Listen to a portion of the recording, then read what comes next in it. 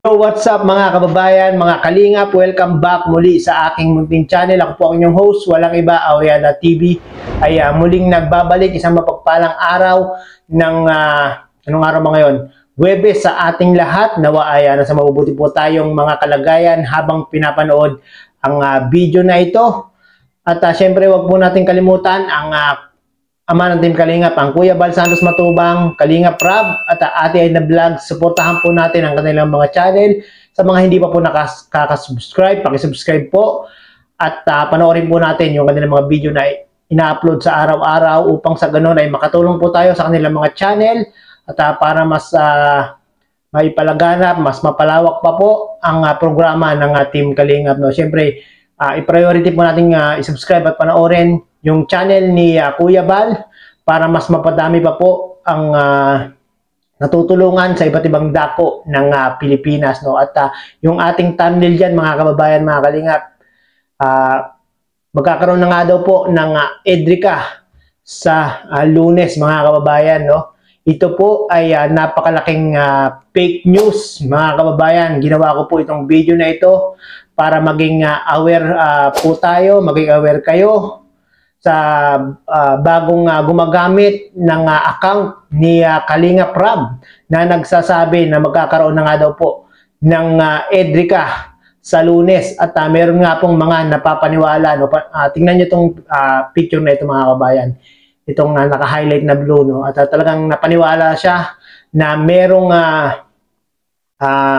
EDRICA sa Lunes. No? At grabe, talagang ginagamit pa yung account ni Kalingap Rab para makapanloko ng maraming libu-libong supporters ng EDRICA. No? At yun nga, sabi ni Kalingap Edu ay wag nga daw pong maniniwala sa account na ito, no? Dahil hindi nga po ito yung legit na account ni Kalingap Rab. Yung legit na account ni Kalingap Rab po, mga kabayan, mga kalingap, pag nag-comment po sa comment section ay meron po yung highlight.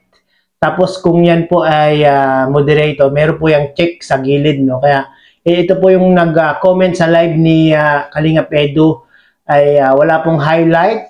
At yung kanyang pangalan po ay May Kudlit sa dulo yan. Tignan nyo yan, mga kababayan. No? May Kudlit siya sa dulo. No? Yung kay Kalingap Rab po ay wala pong Kudlit sa dulo. No? So sana po, mga kababayan, mga Kalingap, ay wag po tayong basta-basta maniniwala sa mga fake account na gumagamit ng account ni Kalingap Rab. No? Maniwala lang po tayo sa tuwing si Kalingap Rab, umanood po tayo sa mga live ni Kalingap Rab at sa kanyang mga vlog, no? Para malaman po natin yung tunay na at katotohanan lamang po. No? At yung mga nag-fake account po, talaga namang napaka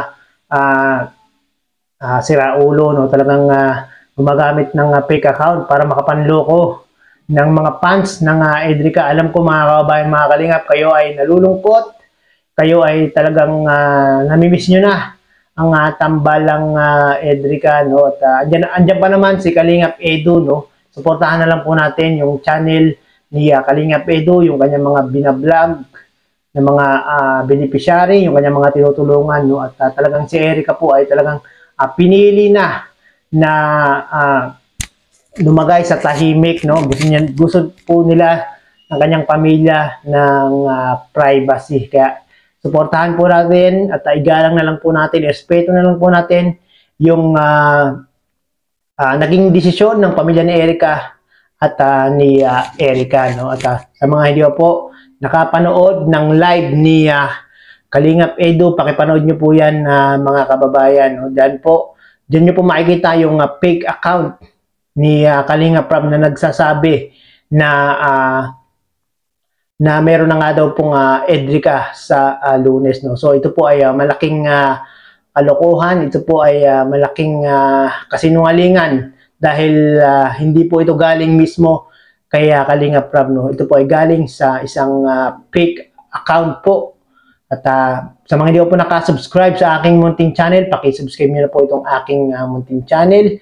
At para maging updated po kayo sa mga ganitong aking mga reaction video patungkol nga po sa Team Kalingap. No? At maraming pong salamat, mga kababayan, mga Kalingap. At muli ay umabot po kayo sa dulo nitong aking pagre-reaction na video. Bye-bye!